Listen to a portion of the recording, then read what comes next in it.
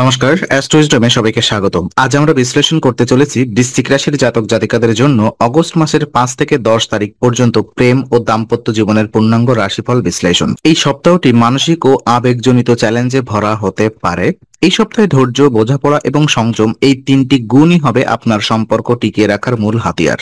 ভিডিওটি শেষ পর্যন্ত দেখুন, কারণ প্রতিটি পয়েন্ট আপনাকে এই সপ্তাহের জটিল আবেগ ও সম্পর্কের সূক্ষ্ম দিকগুলো বুঝতে সাহায্য করবে। তো চলুন শুরু করা যাক আজকের বিস্তারিত আলোচনা। প্রথমত, মানসিক অবস্থার প্রভাব সম্পর্কে আমি আলোকপাত করব। তো এই সপ্তাহে বৃশ্চিক রাশির জাতক জাতিকাদের মধ্যে মানসিক অস্থিরতা ও আবেগের তারতম্য চোখে পড়ার মতো হতে পারে। বৃশ্চিক রাশি জলতত্ত্বধর্মী এবং গভীর আবেগে প্রবণ, তাই যখন গ্রহগত প্রভাবে মন অস্থির হয় তখন সেই অস্থিরতা অনেক বেশি তীব্রভাবে প্রকাশ পায়। অগস্টের 5 থেকে 10 তারিখ চন্দ্র এবং কেতুর প্রভাব আপনার মানসিক ভারসাম্যে প্রভাব ফেলতে পারে।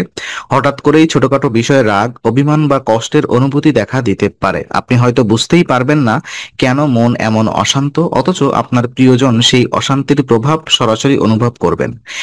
এই সময়ে যদি সঙ্গী কোনো নির্দোষ কথা বলেন বা কিছু ভুল বোঝাবুঝি তৈরি হয়, তাহলে সেটিকে খুব বেশি বড় করে দেখা উচিত নয়, কারণ এটি বাস্তব নয়, বরং আপনার অস্থির মনের প্রতিক্রিয়া। এই সপ্তাহে এমনও হতে পারে যে অতীতের কোনো পুরনো অভিমান বা না বলা কথা হঠাৎ উঠে আসবেন। এই ধরনের পরিস্থিতি সম্পর্ককে জটিল করে তুলতে পারে যদি না আপনি আত্মনিয়ন্ত্রণ ও বোঝাপড়ার পরিচয় দেন। এই সময় আপনি নিজেকে ভেতরে ভেতরে বোঝার চেষ্টা করুন এবং সঙ্গীর উপরে না ঝাঁপিয়ে পড়ে নিজের অনুভূতিকে ভাষায় প্রকাশ করার চেষ্টা করুন। এতে সঙ্গী বুঝবে অথবা বুঝতে পারবে আপনি কেন এমন আচরণ করছেন এবং সহানুভূতির জায়গা তৈরি হবে। তো দূরবর্তী ভ্রমণের মাধ্যমে সম্পর্ক কিভাবে জোরদার হবে দেখে নিব।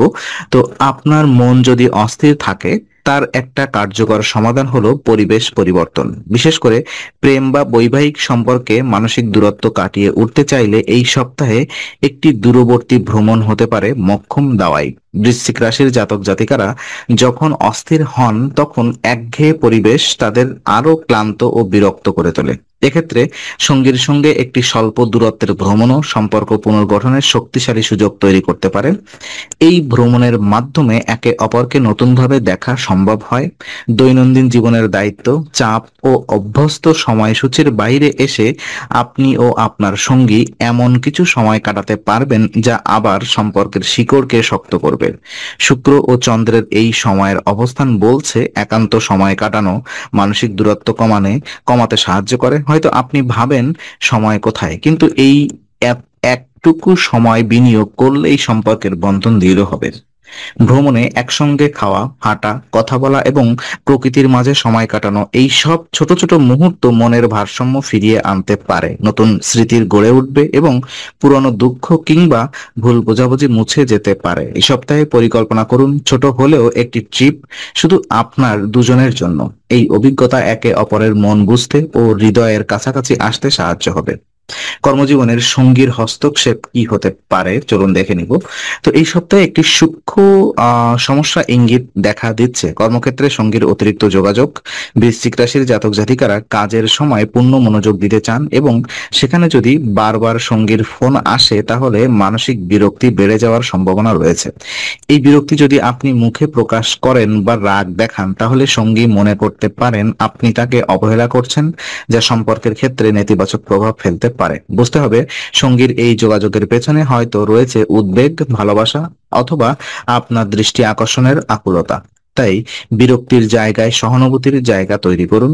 আপনার সঙ্গীর সঙ্গে খোলাখুলি কথা বলুন, আমি কাজ করছি, তবে কাজ শেষে আমরা নিশ্চিন্তে কথা বলবো। এতে সম্পর্কেও পারস্পরিক সম্মান বজায় থাকবে এবং আপনি আপনার কাজে মনোযোগ দিতে পারবেন। এছাড়া যদি আপনি পুরো সময় কর্মক্ষেত্রে থাকেন, তাহলে কাজের শেষে সঙ্গীর জন্য সামান্য সময় রাখার প্রতিশ্রুতি দিন এবং তা পালন করুন। এতে সঙ্গীও বুঝতে পারবে যে আপনি তাকে গুরুত্ব দেন এবং আপনার কাজকেও সম্মান করেন। এই সপ্তাহে আত্মসংযম এবং বোঝাপড়া, এই দুইয়ের মিশেলেই আপনি পারিবারিক এবং পেশাগত জীবনের ভারসাম্য রক্ষা করতে পারবেন। ধৈর্য এবং বোঝাপড়ার প্রয়োজনীয়তা কি রয়েছে চলুন দেখে নিই। তো বৃশ্চিক রাশির জাতক জাতিকাদের জন্য এই সপ্তাহটি যেন একটি পরীক্ষার সময়। প্রেম এবং দাম্পত্য জীবনে আবেগের ঢেউ যেমন উঠবে, তেমনি হঠাৎ করে ক্ষোভ বা হতাশাও এসে পড়বে। এর মধ্যেই আপনাকে খুঁজে বের করতে হবে ধৈর্য ও সংযমের মূল শিক্ষা। এই সময় আপনার সঙ্গীর কিছু আচরণ বা মন্তব্য আপনাকে অপ্রত্যাশিতভাবে আহত করতে পারে, অথবা আপনার নিজের কথা ভুলভাবে বোঝাতে পারে। কিন্তু মনে রাখবেন, প্রতিক্রিয়া যদি হয় তাৎক্ষণিক এবং আবেগ নির্ভর, তাহলে সম্পর্কের অবস্থা আরো খারাপ হবে। তাই প্রতিটি কথাবার্তায় বোঝার চেষ্টা করুন, প্রতিক্রিয়া নয় বরং প্রতিফলন দিন। নিজের মনের কথা বলুন শান্তভাবে এবং সঙ্গীকেও সেই সুযোগ দিন। পারস্পরিক বোঝাপড়ার মাধ্যমেই সম্পর্কের উত্তেজনা কমবে এবং আপনি ফিরে পাবেন সেই পুরানো আত্মিক ঘনিষ্ঠতা।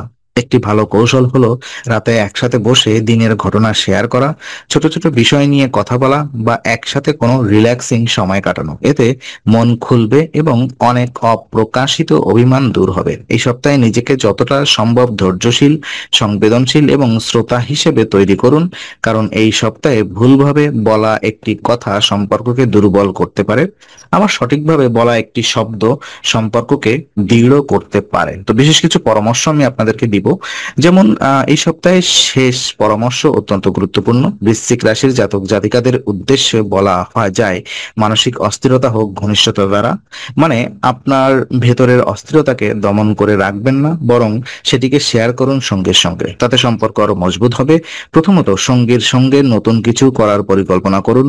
হোক সেটা একটি সিনেমা দেখা, একসাথে রান্না বা রাতে ছাদে কিছুক্ষণ সময় কাটানো। এই ধরনের নতুন উদ্যোগ মনকে প্রশান্ত করবে এবং সম্পর্ককে সতেজতা দেবে। দ্বিতীয়ত, কর্মজীবন ও ব্যক্তি জীবনের মধ্যে ভারসাম্য বজায় রাখা জরুরি। আপনি যদি সারাদিন কাজের পেছনে থাকেন এবং সঙ্গীকে সময় না দেন, তাহলে তিনি অবহেলিত বোধ করবেন।